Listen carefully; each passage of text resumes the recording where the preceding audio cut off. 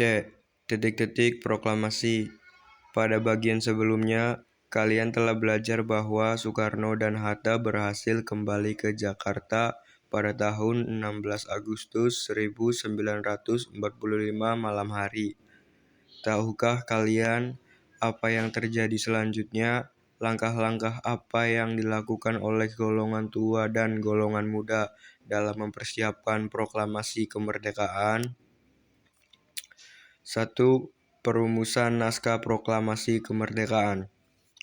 Soekarno dan Hatta menyempatkan pulang ke rumah masing-masing sebelum berangkat kembali ke rumah Laksamana Maeda.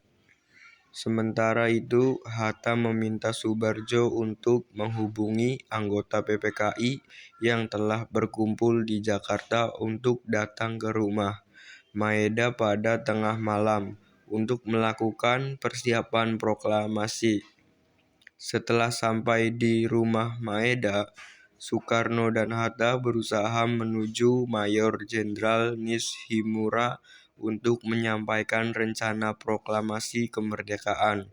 Namun, Nishimura tidak dapat memberikan jawaban yang memuaskan.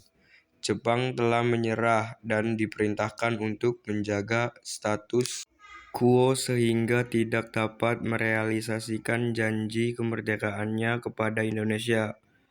Pranoto 2000. Meskipun demikian, Nishimura terkesan memberikan saja para pemimpin Indonesia melanjutkan rencana proklamasi kemerdekaan tanpa dukungan resmi dari pihak Jepang. Viva Historia. Laksamana Muda Tadashi Maeda, Benedict Anderson dalam bukunya yang berjudul Java in a Time of Revolution, Occupation and Resistance 1944 sampai 1946 menjelaskan secara singkat tentang sosok Laksamana Muda Tadashi Maeda dalam buku itu. Anderson menyebutkan bahwa Maeda pernah bertugas di Belanda tahun 1940 sebagai atase Angkatan Laut Jepang. Pada bulan Oktober 1940, Maeda datang ke Jakarta sebagai anggota Komisi Kobayashi yang bertugas untuk mencari suplai minyak dari Indonesia yang pada saat itu masih dikuasai Belanda. Dalam kunjungannya itu, Maeda memiliki misi rahasia untuk mengumpulkan informasi tentang rahasia militer Belanda dan menjalin kontak dengan tokoh-tokoh Bumiputra. Maeda menyelesaikan misinya dan kembali ke Jepang pada bulan ini 1941. Saat Jepang menjajah Indonesia, Maeda dikirim kembali ke Jakarta pada bulan Agustus 1942 sebagai Kepala Kantor Penghubung Angkatan Laut Jepang.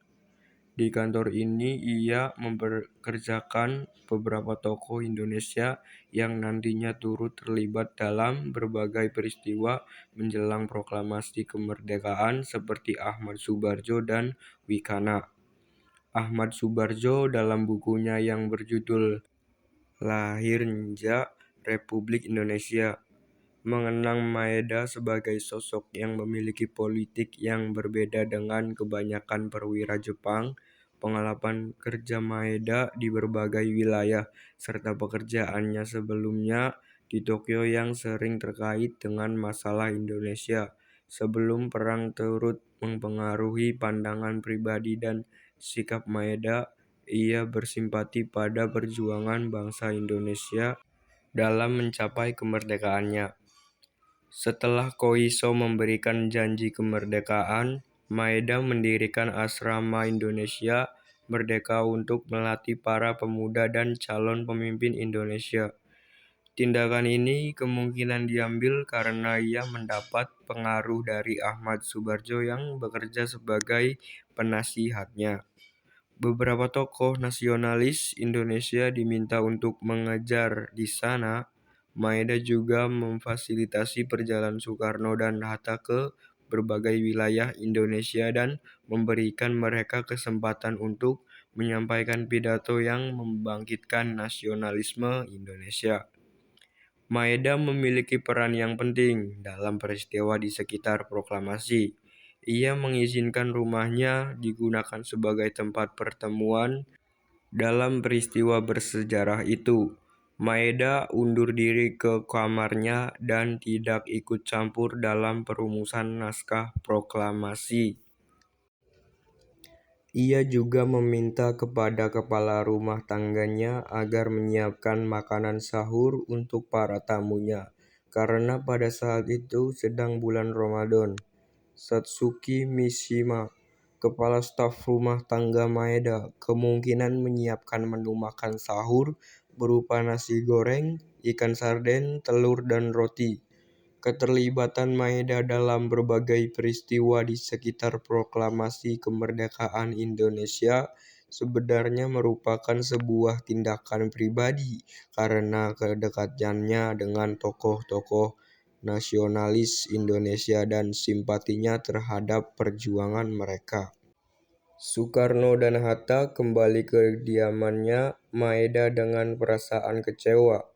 Pada akhirnya, proklamasi kemerdekaan Indonesia memang harus tetap dilakukan.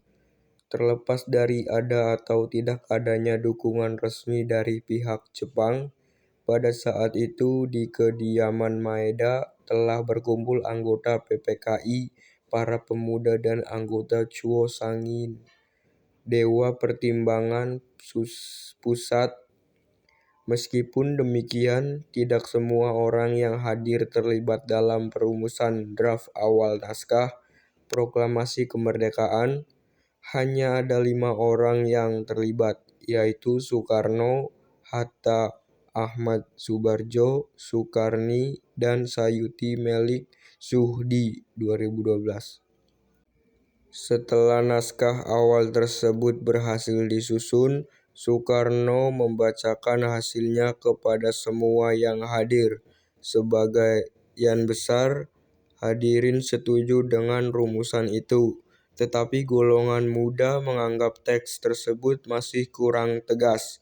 Sukarni mengusulkan agar kalimat kedua diganti dengan semua aparat pemerintah yang ada harus direbut oleh rakyat dari orang-orang asing yang masih mendudukinya.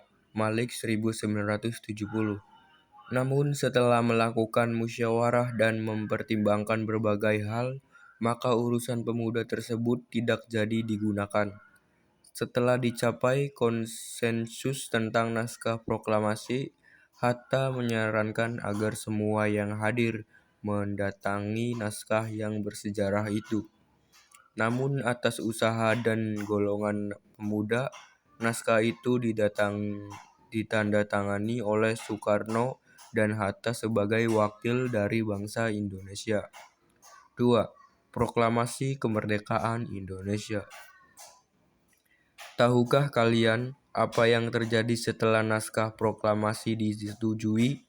Para tokoh yang terlibat dalam perumusan naskah proklamasi kembali ke kediaman masing-masing pada pukul 5 pagi. Para pemuda selanjutnya membagi tugas untuk mempersiapkan proklamasi. Beberapa di antara mereka mencetak naskah proklamasi dengan menggunakan fasilitas dari kantor berita Domei dan menyebarkan Malik 1970. Pada awalnya, para pemuda merencanakan pembacaan proklamasi di lapangan Ikada, sekarang lapangan Gambir atau lapangan Monas. Namun, saat para pemuda sampai di sana, mereka mendapati lapangan itu dijaga ketat oleh tentara Jepang sehingga tidak mungkin proklamasi dibacakan di sana. Selain itu, banyak di antara para pemuda yang tidak tahu bahwa PPKI telah menyepakati pembacaan proklamasi dilaksanakan di rumah Soekarno di Jalan Pegangsaan Timur 56.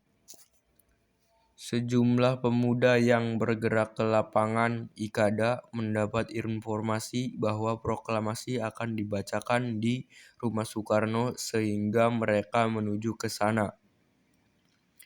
Beberapa prajurit peta berjaga-jaga di sekitar kediaman Soekarno. Suwiryo yang merupakan wali kota Jakarta memerintahkan Wilopo untuk mempersiapkan pengeras suara dan mikrofon. Kedua alat itu berhasil didapatkan dari Gunawan yang merupakan pemilik toko radio Satria di Salemba. Suhud mempersiapkan sebatang bambu yang ada di belakang rumah dan dibersihkan untuk tiang bendera. Karena suasana tegang, ia lupa bahwa sebenarnya di depan rumah Soekarno masih ada 2 tiang bendera yang dapat digunakan. Para pemuda yang sudah hadir mulai tidak sabar menunggu pembacaan proklamasi dan mendesak agar Soekarno membacakannya. Namun Soekarno menolak melakukannya tanpa kehadiran Hatta. Hatta datang sekitar 5 menit sebelum pukul 10. Proklamasi kemerdekaan Indonesia kemudian dilangsungkan secara sederhana. Soekarno menyampaikan pidato secara singkat dan membacakan naskah proklamasi. Acara dilanjutkan dengan pengibaran bendera merah putih. Bendera itu sudah disiapkan dan dijahit sebelumnya oleh Fatmawati setelah adanya janji kemerdekaan dari Koiso, Soejono, dan Leirisa. Pada awalnya, SK Trimurti yang diminta untuk menggerak bendera, namun ia menolak dan meminta Latif yang melakukannya dengan dibantu oleh Syuhud. Pengibaran bendera itu diikuti dengan menyanyikan lagu kebangsaan Indonesia Raya. Peristiwa proklamasi diabadikan dalam foto oleh Frans Mendur dan Alex Mendur yang pada saat itu berprofesi sebagai wartawan. Namun foto-foto karya Alex dirampas dan dihancurkan oleh tentara Jepang. Sehingga foto-foto proklamasi yang dapat kita saksikan saat ini adalah hasil karya Frans Mendur.